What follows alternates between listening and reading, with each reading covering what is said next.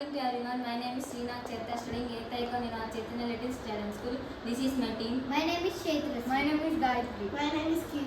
Traditional street lighting systems are manually operated. This leads to unnecessary power consumption during the daytime. Manual operating also required labor and constant monitoring, which is ineffective and error-prone. An automatic LDR-based on the streetlight system solves this problem by using light dependent resistor LDR to detect ambient light levels and the natural light. The system automatically turns on the street light.